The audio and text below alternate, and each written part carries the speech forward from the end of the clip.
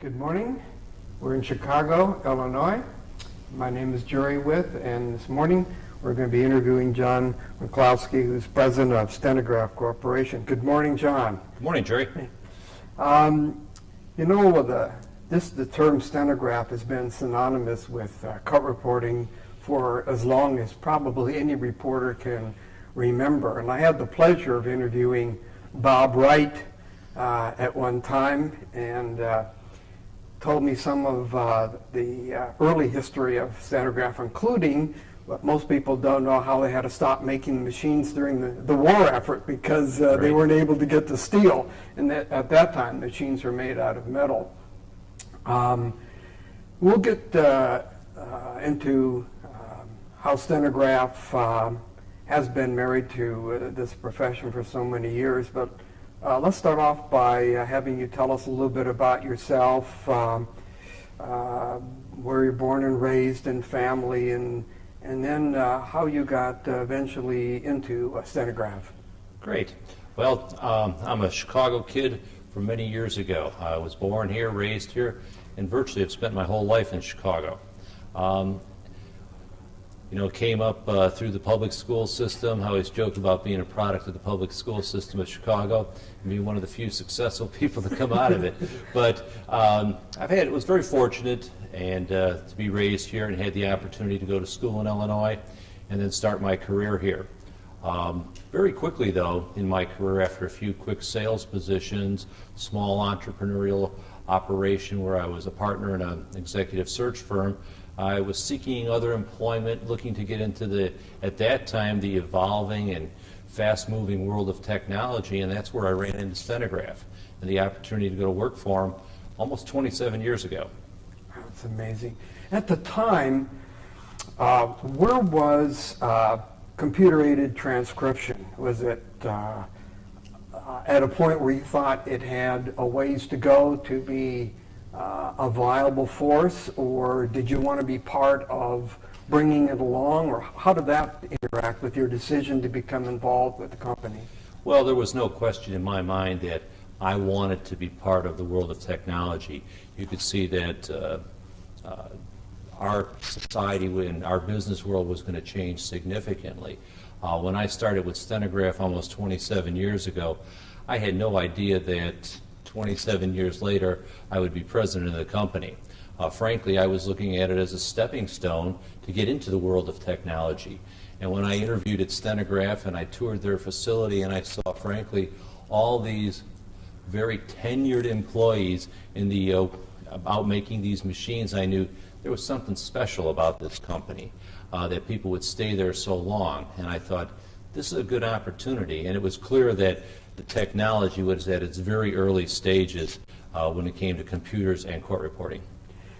The company, of course, is known mostly for its writers now, but it also has been involved in court reporting education and may have other services and products that most people are not aware of. Can you tell us a little bit about what those might be and who collectively is your audience? What is your customer base, or what would you like it to be?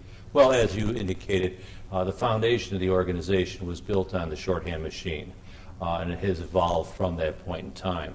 The business has changed significantly from the days where court reporting or secretarial services via the shorthand machine were taught in high school to today's computerized machines. But over the years, the company has grown beyond just the machine, and software became a huge part of our business, and we've developed not only the computer-aided transcription software, but other products related to it, such as broadcast captioning software and the software that resides on the attorney's computers for real-time CaseViewNet.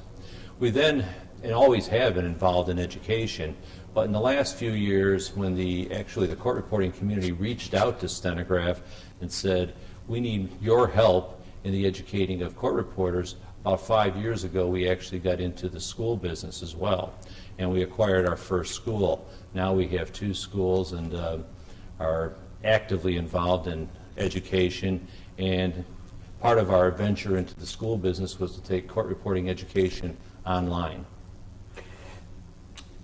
You must have some concern about what has been reported to be a diminution of people wanting to enter the profession, and certainly we can see it with dwindling membership of the National Association. How has it affected Stenograph, and what have you done about it? Well, there's no question there's been some changes, and I can vividly remember back to when I was a salesperson for Stenograph years ago, and in the late 80s, it was, I think, the first shockwave went through the profession. And I had fear way back then when all of a sudden court reporters were saying openly, I am not going to refer this profession to my children. And I think that was the change, or the drop in enrollment. The dot-com companies came along, and that generation of students saw a quicker, easier way to make a quick dollar. Court reporting is a tough business. It's a tough education process, but of course the rewards are tremendous once one completes the program and gets into the profession. It's a challenge for us to recruit students at school, and the recruiting process has changed significantly over the years. It used to be you would run an ad in the Sunday newspaper, and that was your recruiting, between that and referral business. But today, unfortunately, the referral business is not as great as it once was. It's still there, but today our biggest advertising source is the internet. So, and of course, today probably a third of the students take part of their education via online sources.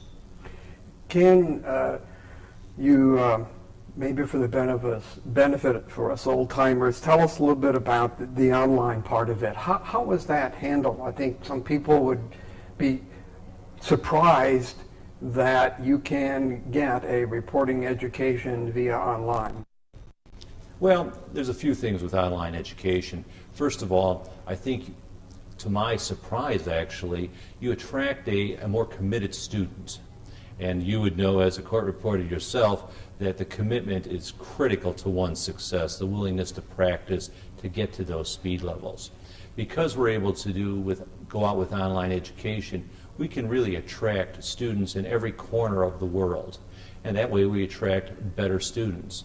With the traditional brick and mortar school, the economics force you to be in major metropolitan areas. But with online, we can reach out beyond that. Also, in today's society, everybody is so busy. And going to court reporting school often is a second career for many people. At that point in their life, they have to work, they have to raise children, they have other obligations. So the flexibility that online education offers allows you to attract a better quality student. And with electronics, we are able to do all the speed building, the testing online. And actually, the way the online education works, there's actually classes where on a regular basis the students have to participate 1 or 2 hours a week with an online class where there's actually chats going on, interaction with other students and teachers.